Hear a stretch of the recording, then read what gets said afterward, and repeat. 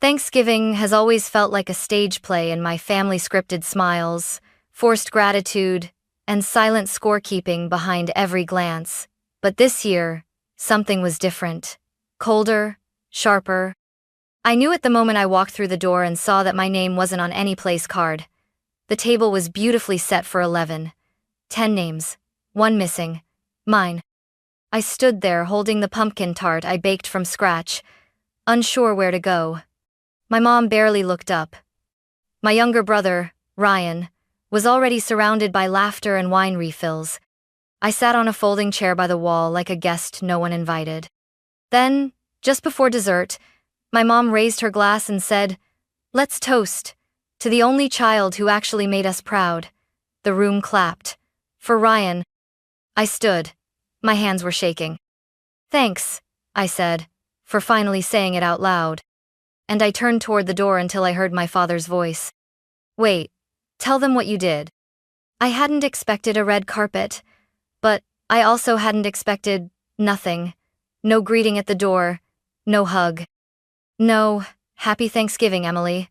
Just a creak of hinges and my mom standing there with a half-full glass of Chardonnay and a face that said, "Oh, you actually showed up." I forced a smile, held up the tart I'd spent hours baking, and stepped inside. She barely glanced at it. "There's already dessert," she mumbled before walking away. The living room was already buzzing with laughter. Me aunt and uncle by the fireplace, my cousins on the couch, and Ryan off course standing in the center like the guest of honor. I hovered for a second, unsure whether to join or disappear. When dinner was called, I followed the group into the dining room and froze. The table was laid with Caracina, crystal, gold-trimmed napkins, 11 chairs, 10 place cards. My name wasn't there. I scanned the table once more. Maybe they forgot? No one looked up. No one offered to scoot over. I spotted a metal folding chair against the wall. I grabbed it, quietly dragging it to the end of the table like a misfit puzzle piece. The screech of metal against hardwood echoed louder than it should have. Still, no one blinked. They were already deep into their stories. Ryan's new promotion, Ryan's condo upgrade, Ryan's brilliant pitch that saved the whole team. My uncle clapped him on the back like he'd just landed a spacecraft. I ate slowly. My food tasted fine, but it sat heavy in my mouth. I looked at my mom once, hoping for even a flicker of connection. She didn't notice, or pretended not to. And then came the moment. My mom stood, glass lifted high, and called for attention. The room quieted like they knew what was coming, like it had been rehearsed. "I just want to say how proud I am," she began, voice already thick with wine and self-importance. "This year, more than ever, it's clear who's really stepped up, who's made us proud."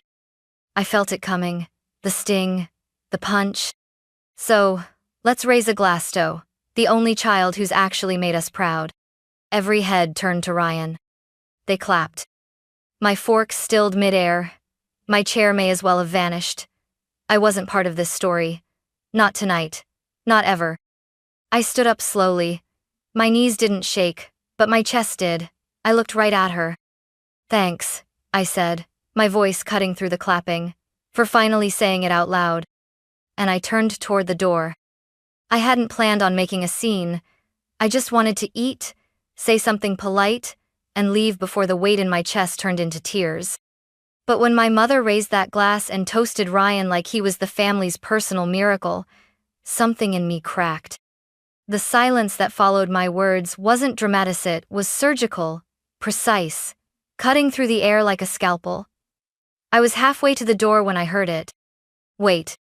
It was my father. 3 decades of being quiet, of looking away, of sipping wine when things got awkward, and now he spoke? I turned, confused. His voice was calm, but resolute. "Tell them what you did." The room turned with him. Eyes flicked from my face to his and back again. My mother lowered her glass slightly, clearly thrown off script. Ryan furrowed his brow, that smug smile faltering just enough to let doubt slip in. "What is he talking about?" Ryan asked, his voice trying to stay light. I looked at my dad, wondering how much he knew. I hadn't told him the details. I hadn't told anyone. I thought I didn't think he'd even noticed. He nodded. Not a push, not pressure, just quiet permission. So I faced the table, the same table where I'd eaten dozens of holiday meals, helped set every year since I was old enough to hold a forkhand. I told them. You all want to toast to Ryan, I said, voice steady. But maybe toast to me first, because I'm the reason he even got that job. Gasps were swallowed. Forks hovered. My aunt blinked like she didn't hear me right. Ryan gave a short, incredulous laugh. What? That's not. The hiring freeze at Crestfall PR? Yeah. They weren't taking applications. Ryan had no shot. But I sent his resume directly to someone I mentored, someone in HR who owed me a favor. I cleaned up his cover letter, rewrote half his resume, and made the call. That's why he got the interview. My mom's mouth tightened. That's not true. Ryan was fully qualified. Ryan didn't even know what PR stood for when he sent me the draft. I shot back. He majored in film studies and listed great people skills as his top qualification. I handed him that opportunity. And I never said a word, because I didn't want the credit. The room was silent. My brother's fiancée looked away. My uncle tapped the table nervously. Only my father remained still watching, waiting. I didn't need applause, I said. But maybe, just once, I didn't want to be erased. My voice didn't shake. I wasn't looking for a fight. I was just tired of being invisible at a table I helped keep upright. Ryan didn't speak. No one did. And for the first time, their silence wasn't mine to carry.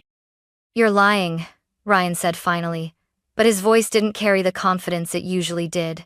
He looked at me, then at Dad, then at Mom, searching for someone to refute it for him. No one did.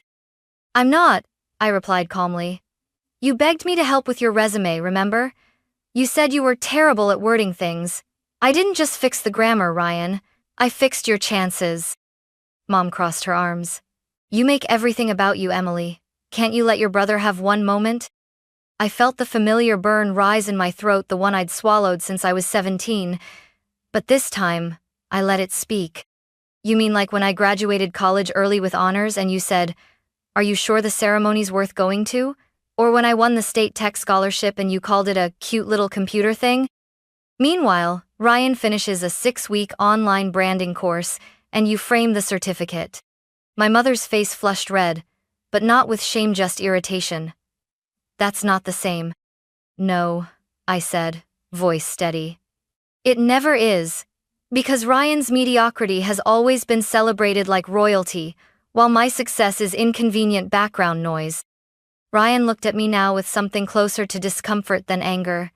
I didn't know you went through all that. You didn't need to, I said. I wasn't asking for a medal, but I was hoping that one day I wouldn't have to drag a chair to my own family's table just to be seen. Silence blanketed the room again, and for a second, I almost regretted speaking. Almost. Then my father cleared his throat. I didn't know she helped you get that job, Ryan, he said, his voice quiet but firm. Ryan didn't answer. He just stared at the turkey like it might save him. I turned to Mom. You want to talk about qualifications? He was underqualified for that job. He got it because of me, and I never said a word, not even when you toasted him in front of all of us. Mom scoffed. So what do you want now, Emily? Credit? I stared at her, stunned. No, I want truth. I want acknowledgement. I want to not be erased in a room I helped keep from falling apart. She rolled her eyes. You're being dramatic. But her voice wavered just slightly. Ryan spoke again, softer now. Emily, I didn't know how much you did. That's the thing, I said. You didn't want to know. It was easier to believe you were the chosen one than admit someone else cleared the path for you. The shame on his face was real, and for the first time, I didn't feel invisible. I felt seen. I didn't plan to unload years of quiet disappointment at the dinner table, but once the dam cracked, the flood wouldn't stop. Do you remember? I asked, scanning the table. When I flew to Chicago to present at that national coding conference? My mother blinked, vaguely. I placed top 5. You told people it was nice that I liked computers. Ryan got 3rd place in a local pie-eating contest once and you made t-shirts. A few cousins snorted quietly. No one laughed out loud. I worked 2 jobs in college, so you didn't have to co-sign my loans, I continued. When Dad threw his back out and couldn't work, I sent groceries every week for 2 months. You said it was sweet of me, like I was some stranger helping out of pity. I wasn't yelling, I wasn't crying. I was done performing for an audience that never wanted to see the real me. When you got that letter from the IRS last year about the lien on the house, I added, you said God must have fixed it because the case disappeared. It wasn't God, it was me. I paid it off quietly so Dad wouldn't lose the home he built. My mother narrowed her eyes. If you had that kind of money, why didn't you help when Ryan's car broke down last month? The room collectively flinched. That's when I realized, I said, it's not that you don't understand, it's that you don't care to. Ryan needing a car was more urgent to you than Dad keeping his house, and I had nothing left to give. She opened her mouth to respond, but my father raised a hand not loudly, just firmly, and she stopped. He turned to me. You paid the lien? I nodded. With what? My savings. All of it. He looked down for a moment, then back up, pain flickering in his eyes. You shouldn't have had to. I know, I said, but someone had to, and I thought maybe just maybe it would matter. My mom stood abruptly. I need some air. She walked out, and a few seconds later, Ryan followed, his face pale, his steps slow. And just like that, I was alone again. Only this time, it was different. Because now, they all knew. Every person at that table knew the version of me they'd refused to see for years. The one who stayed silent. The one who sacrificed. The one they erased, one celebration at a time. I stepped outside.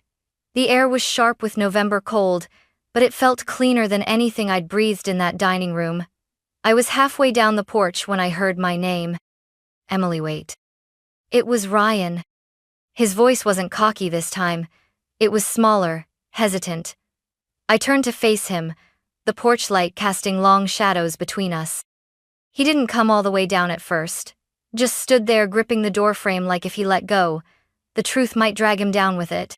I need to admit something, he said, voice cracking slightly. I crossed my arms. Then go ahead. I knew, he said, about the job. Not at first, but after I got the offer I overheard a call. HR mentioned your name. I knew you were the one who made it happen. I stared at him. And you said nothing. I wanted to believe I earned it, he admitted.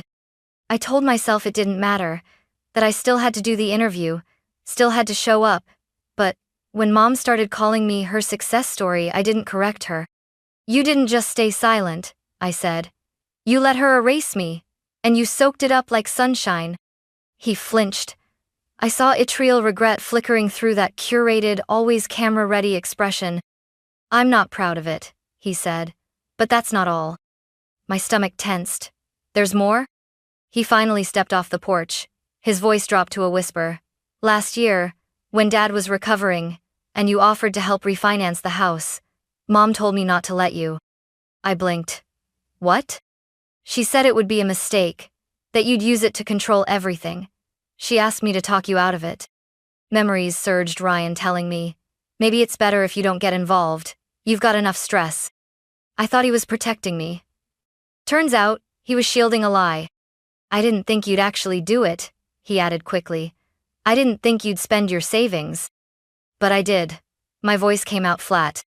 I know, he whispered, and it's been eating me alive.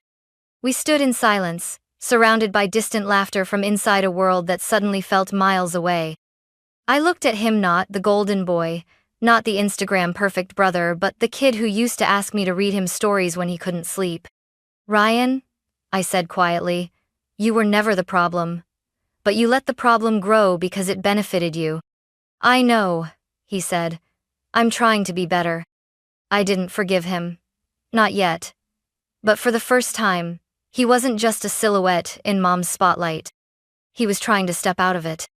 Ryan took a shaky breath and looked at me, almost like he wanted permission to speak again. I didn't say anything, but I didn't walk away either. That seemed to be enough. There's something else, he said. It's about the house. I frowned. What about it? He glanced back at the front door, lowered his voice. Mom's been talking to a realtor. What? She's trying to sell it before the end of the year. I felt like I'd been punched in the ribs. Without telling Dad? He nodded. She said if she does it now, she doesn't have to list him on the paperwork because the deed is still in her name. She's already picked out a condo, said she wants to downsize and move in with Aunt Linda. She's leaving Dad? She says it's temporary. But, no, she's leaving him. She just hasn't told him yet. A silence fell between us. The kind of silence you only feel when something inside you breaks clean in half. She's planning to sell the house, I repeated. The same house I emptied my savings to protect? And she didn't tell him? Ryan's face crumpled a little. She told me not to say anything. Said it would just complicate things. But after tonight, after what you said, I couldn't keep it quiet anymore. My hand clenched into a fist. Not from rage, something worse. Betrayal laced with exhaustion. I had done everything I could to keep that home standing, to keep Dad secure, and Mom had been plotting to cash it in behind everyone's back. She was going to blindside him, I whispered. Ryan nodded. I didn't realize how fast my heart was beating until I felt it in my neck. The weight of all the years I'd spent being dismissed suddenly fused with the shock that it wasn't just me she didn't value, it was everything. And then the front door creaked open. Dad stepped onto the porch, holding his jacket in one hand, confusion in his eyes but strength in his stance. You should both come back inside, he said. There's something I need to say. Ryan looked at me unsure. I was frozen. Part of me wanted to keep walking, to let them all stew in their carefully curated delusions. But something in Dad's face, something firm and vulnerable held me there. I turned to Ryan. His expression wasn't defensive, or arrogant, or polished. It was raw, and for the first time in years, he didn't seem like Mom's favorite. He just looked like my brother. So I nodded, and together we followed Dad back inside. The laughter had died. The conversations were gone. What was left was that awkward, suffocating silence that always follows an emotional bomb. Everyone was seated, except Dad. He stood at the head of the table now where Mom always sat, and when she returned from wherever she'd gone, she looked at him like he'd stolen her throne. He didn't blink. I've made a lot of mistakes as a father, he began. But the biggest one was letting this family pretend that being loud meant being right, that silence meant weakness, that the child who never asked for attention didn't need it. He turned to me. Emily has carried this family more than most of you will ever know. I couldn't breathe. No one else could either. She paid the IRS lien last year, quietly. She helped refinance the house. She helped me walk when I could barely stand, cooked when I couldn't get out of bed, and never once asked for thanks. The only sound was the ticking clock over the fireplace. And while we were clapping for Ryan, Dad said, looking around the table, we were standing on the shoulders of the person we ignored. My mother finally spoke, her voice brittle. Who told you all this? He looked at her. It doesn't matter who told me. What matters is that I know now. Then he reached into his coat and pulled out a manila envelope. He set it on the table. I've spoken to our lawyer, he said. The house starting next month will be in both our names, Emily and I. Gasps. Real audible gasps. You're giving her the house? My mother snapped. I'm giving her what she already saved. She tried to speak again, but he lifted another paper. You signed over financial control during the refinance, remember? You never read the fine print.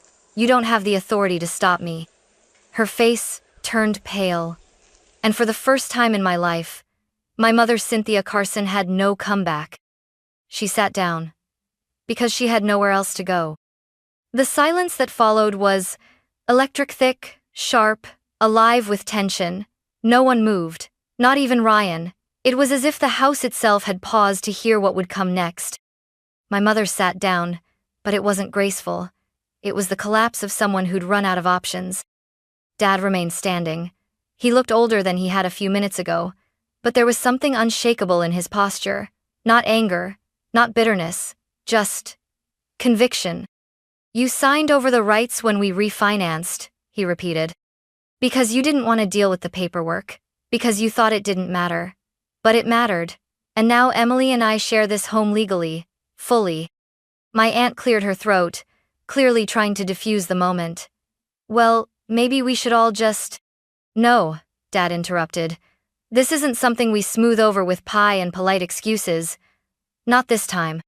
He looked around the table at every cousin, uncle, in-law, who had clapped moments ago when my mother toasted Ryan. You all sat here, he said, and applauded while my daughter was humiliated at her own family's table, and I said nothing. That's on me.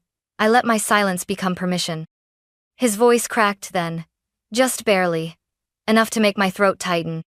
When I was recovering from surgery, it was Emily who paid the bills, who made sure the lights stayed on.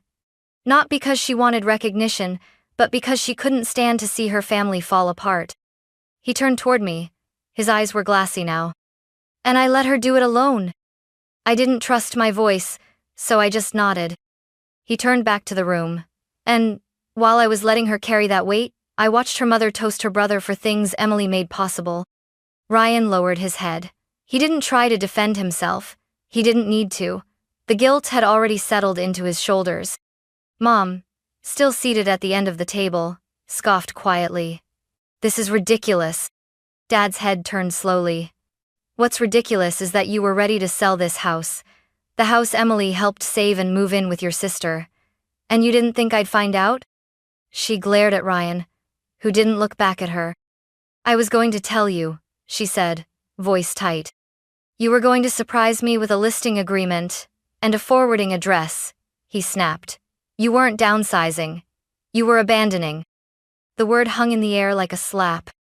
Mom stood again, this time with fire in her eyes. Do you think managing this house has been easy?